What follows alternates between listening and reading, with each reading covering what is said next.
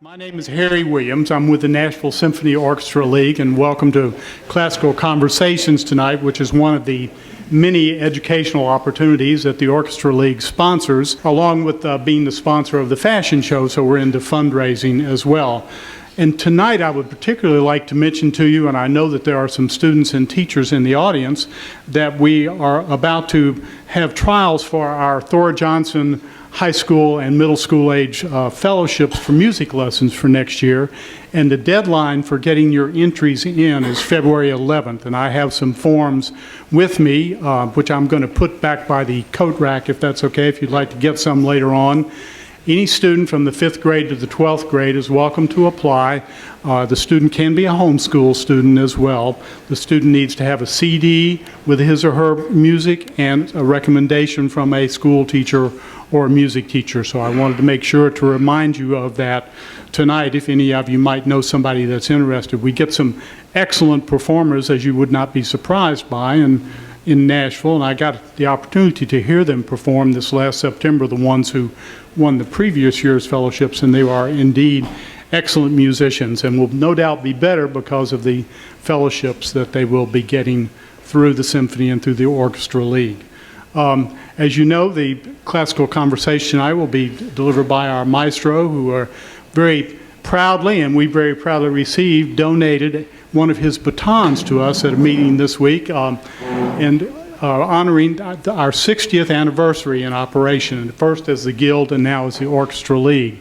And if any of you are interested in finding out more about the Orchestra League or more of our activities, we do lots of volunteer things and sponsor many other things around here that you may or may not know about. You can read about us online at nashvillesymphony.org, and if you'd be interested in joining the Orchestra League, we'd love to have you, and I'll have some information if you'd like to join back by the coat check as well.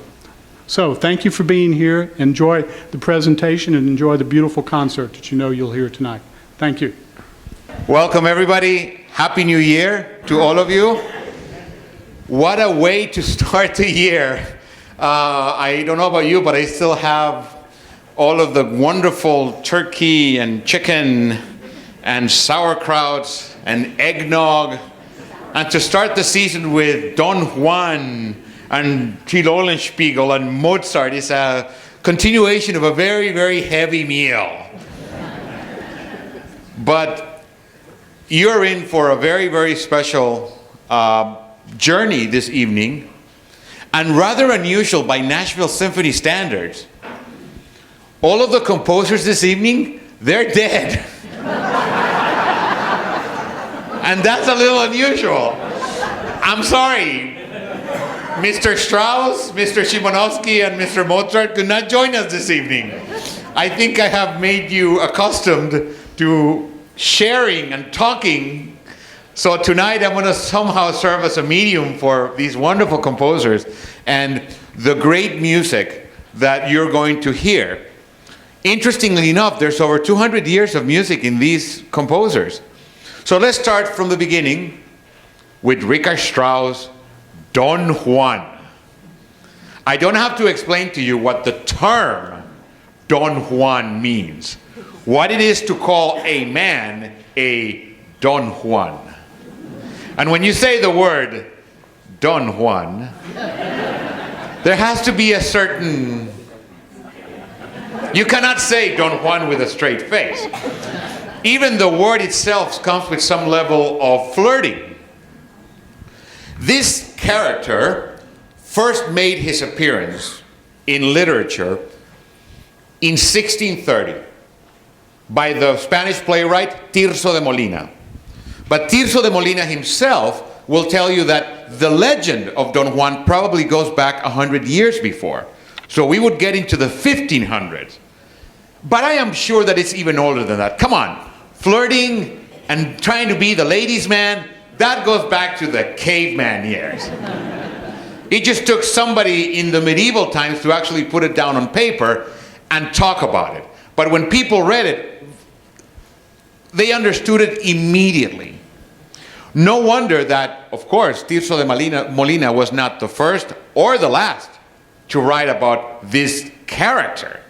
What is not to love about him? It is this man whose sole purpose in life is to conquer as many women as he can by just sheer use of his sensual powers and his ability to flirt, where women could not resist, not only in literature, but in music also. It was a character that was too irresistible. Gluck wrote about a Don Juan. Perhaps the most famous, before Richard Strauss, Mozart's Don Giovanni. The wonderful opera that was written with a libretto by Lorenzo da Ponte. But this opera was semi-comic and semi-tragic. I'm sorry, if you don't want to hear the ending, cover your ears. He dies at the end. Because his adventures eventually catch up with him. Not only does he basically go from lady to lady to lady, but each of these ladies has a father. And many of these fathers wanted to have the opportunity to have and to avenge this man for taking away the honor of their beautiful daughters. As a father of two young girls, I can relate. So we eventually get to 1888 and a 24-year-old Richard Strauss. Wonderful conductor, fantastic composer, but not yet known, making a career mostly as a conductor. With his friend and mentor Hans von Bülow, they went to see a play by Franz Hesse entitled Don Juan's Ende, The End of Don Juan, a German playwright.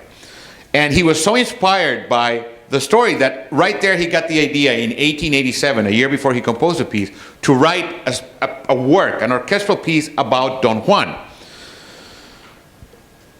The piece itself, the version of Don Juan that he uses is not Mozart's, and it is not Tirso de Molina's. He utilizes Don Juan's version by a German poet by the name of Nicholas Lenau, who wrote an entire poem about Don Juan and left it unfinished, actually at his deathbed. And in this one, unlike Don Giovanni and unlike Tirso de Molina, where Don Juan basically is a very unrepentant ladies' man, and he could care less what happens to these women, the one in Nicholas Lenau is actually in search for true love. So all of these adventures that he has are actually has a purpose. And every time that he doesn't get that true love, it just frustrates him deeply. The one thing that they share at the end of the story, unlike Mozart's, where he's this unrepentant character and he died by the blade of one of the fathers of these ladies, in the case of Lenau's Don Juan, he's so frustrated that he's unable to do it that when he has the duel with this father, in the moment that the father charges, he puts his blade down and accepts his fate. Basically accepts dying and saying, you know what, if I'm not going to find the true love of my life, might as well not even be here. So the story in Richard Strauss's mind has a very different, almost very romantic and admirable almost aspect to it. You should know that Richard Strauss, like a great conductor that he was and a wonderful composer, thought very highly of himself. This was a guy that thought that himself was an interesting enough character to write music about. You should know that his tone poem, Heldenleben, in English, A Hero's Life, he is the hero. And he wrote this when he was 30. But give him credit. Before he got there, he wrote about other characters, literary, like Don Juan, Don Quixote, Macbeth, and Eulenspiegel, which is actually closing tonight's program. So going back to Don Juan, the piece opens with a lot of testosterone. From the very beginning, it has one of the most famous string licks in the repertoire. He's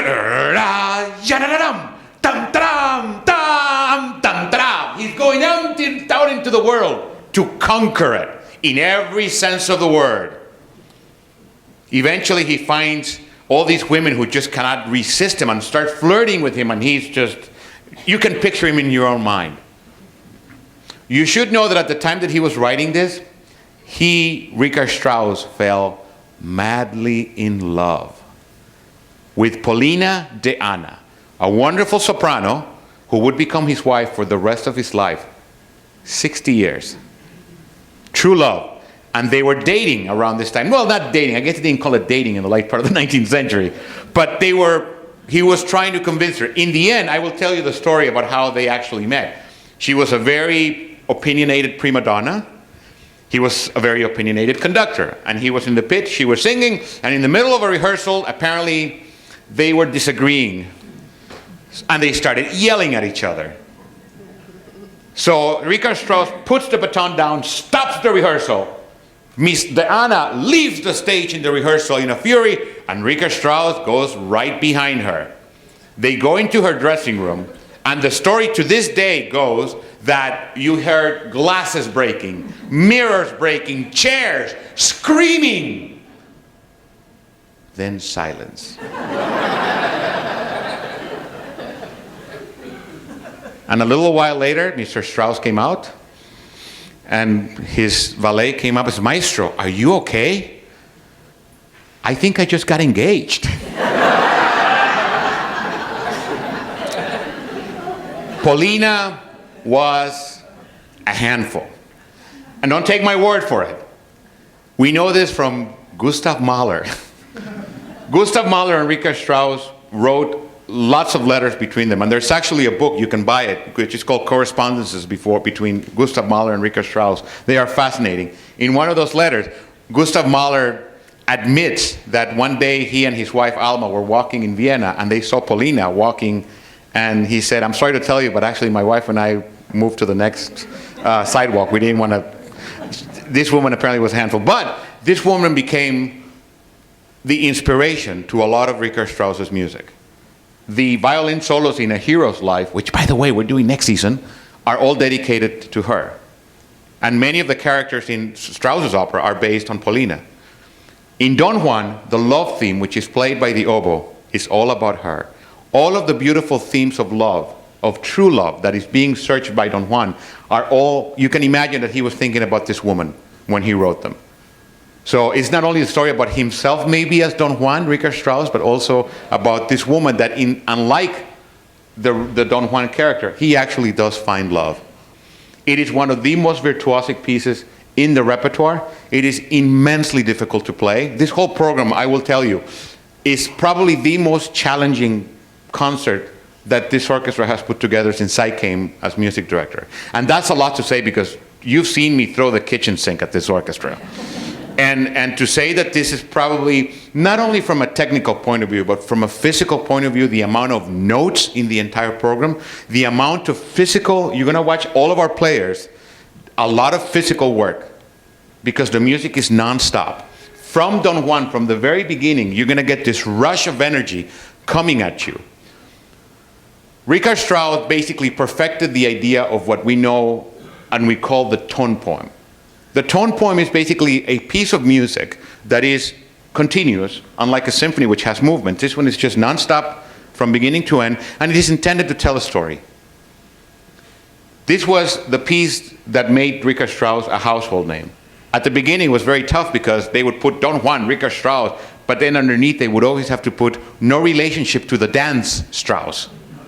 This is a different guy. No Johann, no waltzes with this guy. Even though he wrote great waltzes, particularly in Rosenkavalier, but it's a different story. But this made him a household name as a composer and gave him the recognition. Imagine, at age 24, the writing that this man had, the ability that he could create the imageries of the Don Juan, and all of you are going to create these images in your head. For some of you, Don Juan might be tall, some of you might be smaller, blue eyes, brown eyes, long hair, no hair. It's up to you. You will create this based on your own experiences with your own versions of the Don Juan. It is an amazing piece of music. I have been dying to do it here in Nashville for the longest of time. And it's a wonderful way to begin a new year as well. From the tone poem of Don Juan, we go into the Violin Concerto No. 1 by the Polish composer, Karol Szymanowski. Karol Szymanowski, along with Witold Lutosławski, are probably the two most important and most famous Polish composers of the 20th century. Now, something you need to know about not only Polish composers, but Poland as a whole, And the fact that Szymanowski was a contemporary of composers like Sibelius and composers like Nielsen.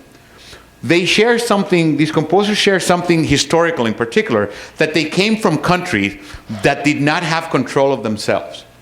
In the case of Poland, it was when Szymanowski was born in 1885, it was actually part of the Russian Empire, part of the Ukraine. So it later became Poland. So they were in the middle, unfortunately, of the German Empire and the Russian Empire. And Sibelius in Finland, the same thing between Russia and the rest of Scandinavia. Nielsen with Denmark, the same thing between the Netherlands and the northern part of Scandinavia. So these were countries that were mostly pawns in the geopolitical games. And these countries, basically, it seemed for a while that from day to day they kept changing hands. So you can imagine being a composer, it's almost like they had no identity. Sometimes they were Germans, and sometimes they were Russians, and sometimes they were Balkans, and it's very odd. So it is remarkable to me that these composers were able to find a voice unto themselves in the middle of this instability, geographically and elsewhere. Plus Poland, in my opinion, is very unlucky because of their location geographically between Germany, between Russia. Anytime there is a conflict, talk about being in the middle. And talk about in not only the Great War, First World War, the Second World War. This was a country that paid a huge price, completely decimated in both wars, destroyed beyond, because it became, again, look at where they are. Talk about unlucky in so many senses of the word. This work that you're going to hear, the first violin concerto, 1916, the middle of World War I. Szymanowski, unlike many of his colleagues, composers, he actually came from wealth. He was the son of very, very rich landowners in what is now that part of Poland, South Poland, which used to be the Ukraine. So he had no problem with money.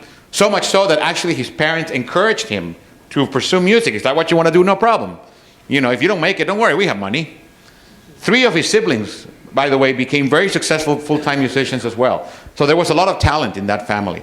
Szymanowski's family sent him to Warsaw, and he was one of the first, if I remember correctly, reading this at the Warsaw Conservatory, he was the third he was the third person enrolled at the newly created Warsaw Conservatory.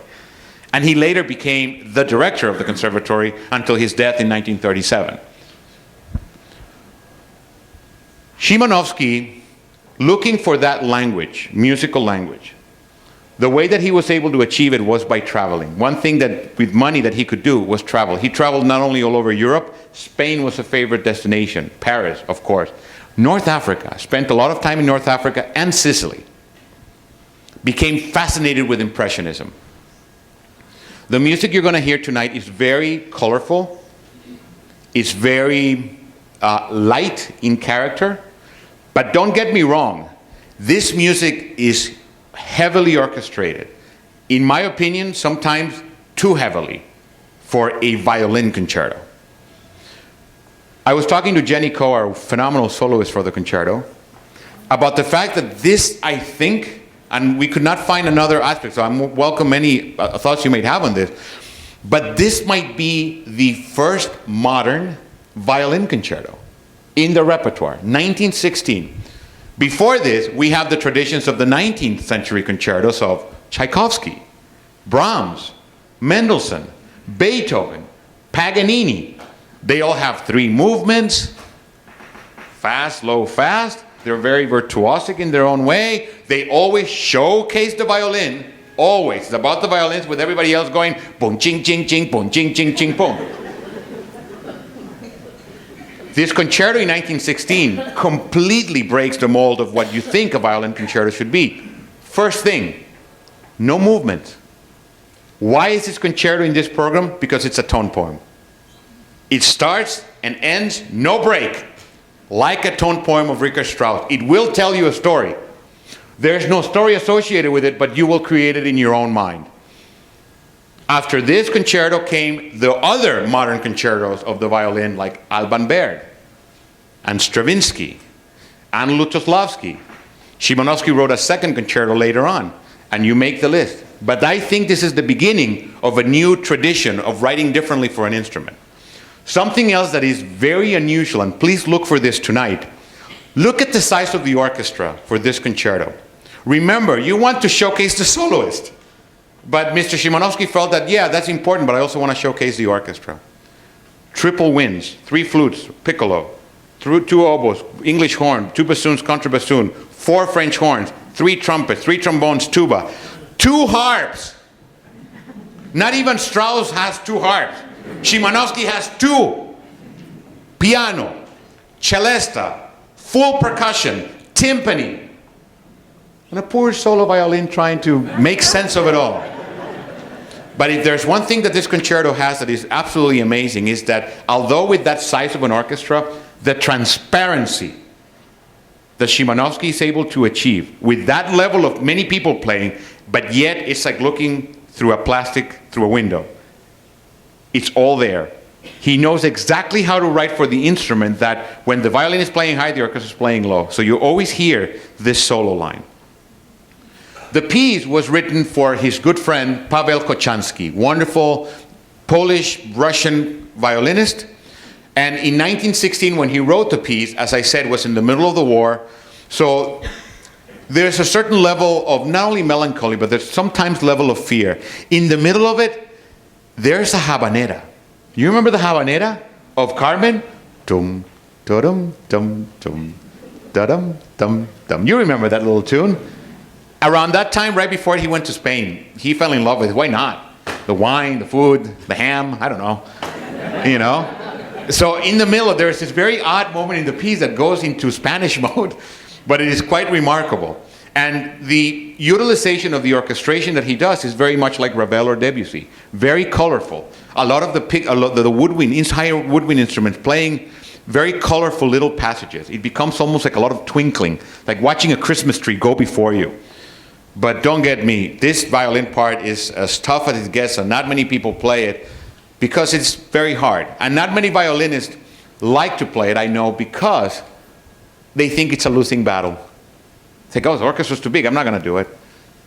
So I have a few violinists that I know do it, and they trust me enough that I'm going to be conducting usually under the podium, keeping the orchestra very, very soft.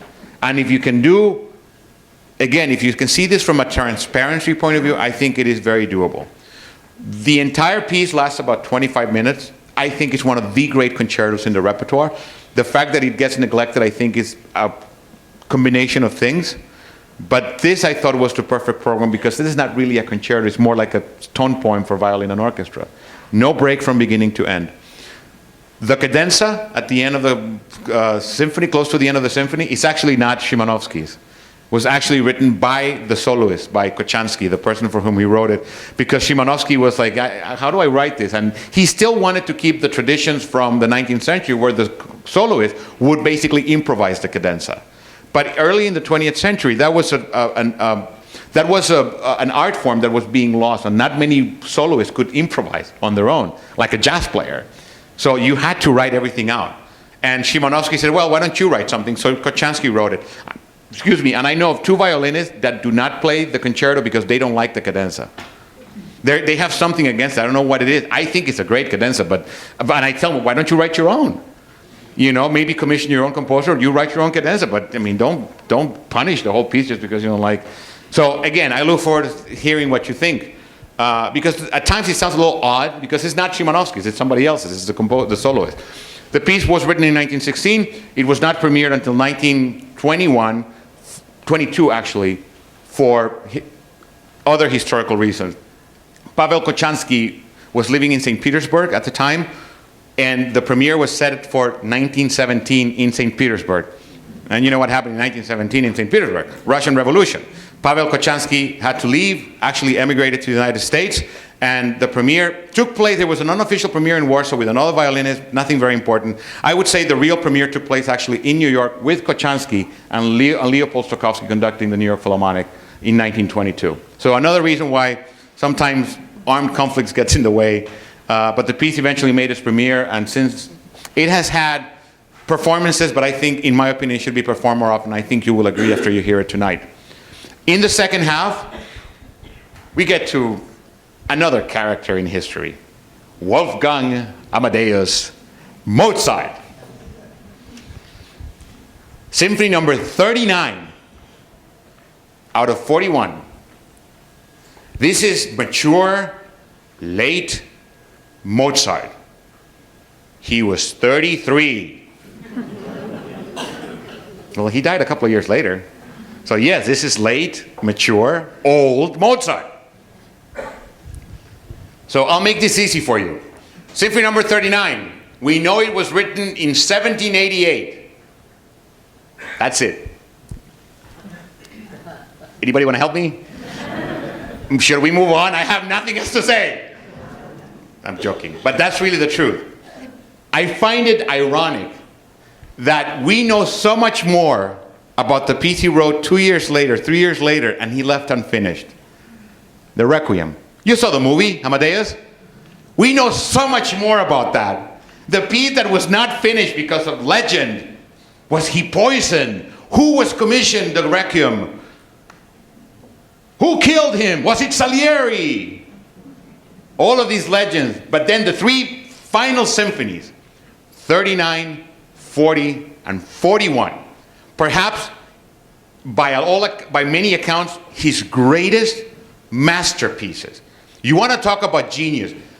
I wish you had taken all of the theory classes that I had to subject myself to become a conductor, so you could fully appreciate the magic and the genius that to this day when I look at that music, it's like, how did he do it? How did he put together absolute perfection? Musical, aesthetic, structural, harmonic perfection. Those three symphonies were written as a trilogy. That we do know.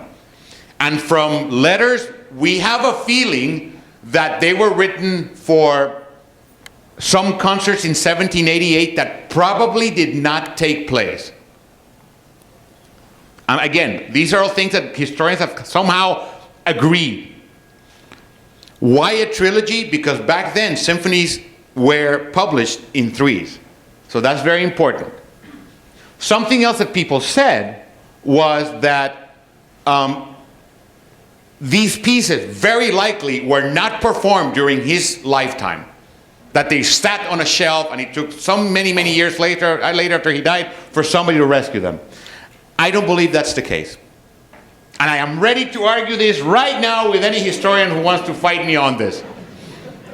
I have a couple of ideas of why this takes place. And I will tell you one of the most unusual things about the symphony you're going to hear tonight, number 39.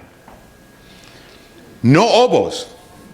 Remember back then, the woodwind section was usually 2 oboes, flute, bassoon, a couple of French horns. This one has 2 clarinets, which was as exotic as putting a ukulele in an orchestra. I'm not kidding you, I'm not exaggerating. The clarinet was completely, but he fell in love with it, so much so that in the Requiem he wrote for clarinet and basset clarinet. He actually heard it the first time in the 31st Symphony in Paris. That's the first time he heard clarinet. So the Symphony number 39, tonight, after the first half, you know who's going to give the A? Not an oboe, a clarinet. Good luck with that. So that's unusual. The Symphony number 40, also clarinets.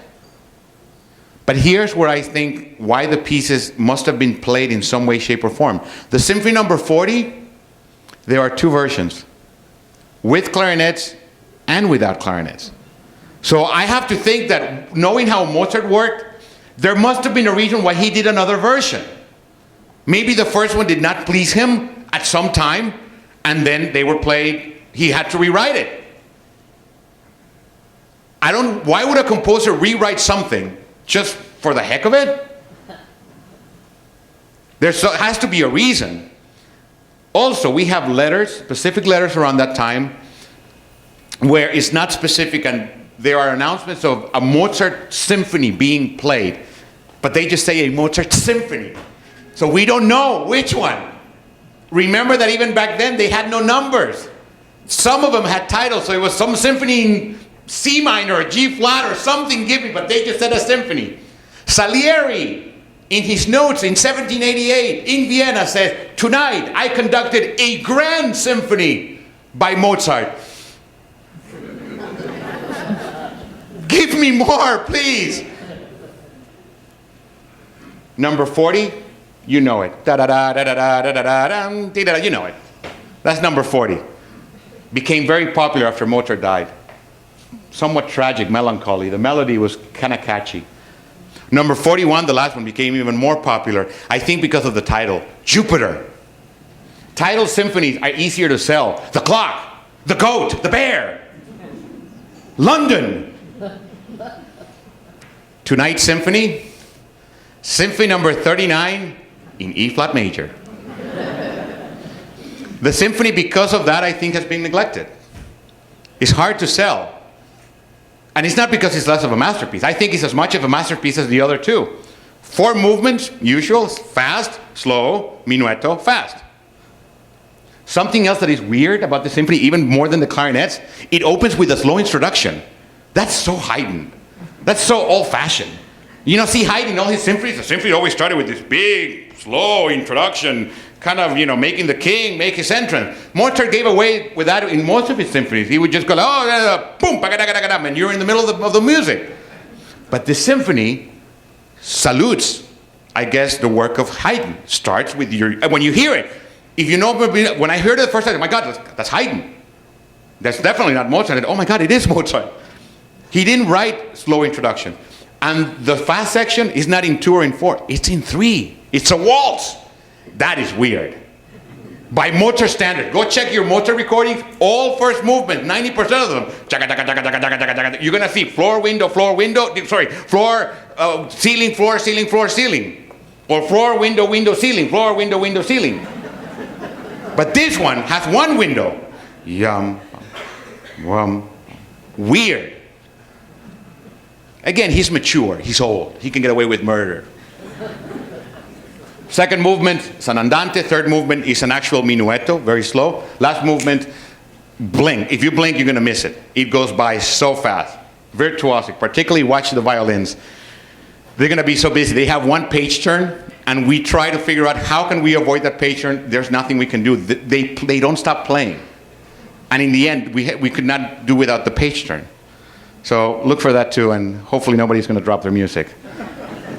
The last piece on the program, go back to Richard Strauss and another one of his tone poems, this one dedicated to a character called Till Eulenspiegel. And the title of the piece is Till Eulenspiegel's Merry Prankster.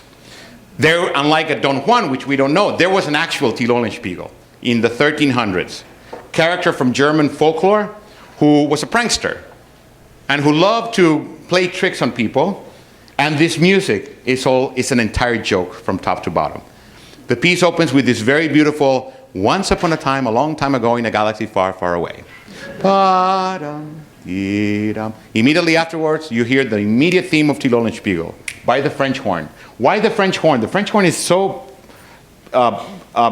present in Strauss's music. Well, you see, his father, Franz Strauss, was the greatest horn player in the world. That's why all of this stuff, he would go to his dad and say, Dad, could we play this? Sure. Horn players in the 21st century are paying for that, by the way. French horn presents the theme of Till Eulenspiegel.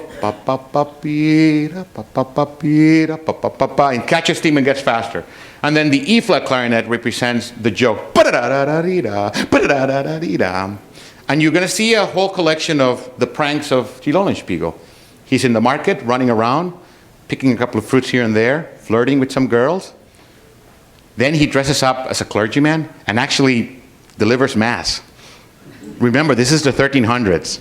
You know, you can get killed for that. We'll talk about that. He later brings a horse into a dance saloon. Also not very cool. But then he gets caught for trying to impersonate a clergyman and gets accused of blasphemy and gets condemned to death.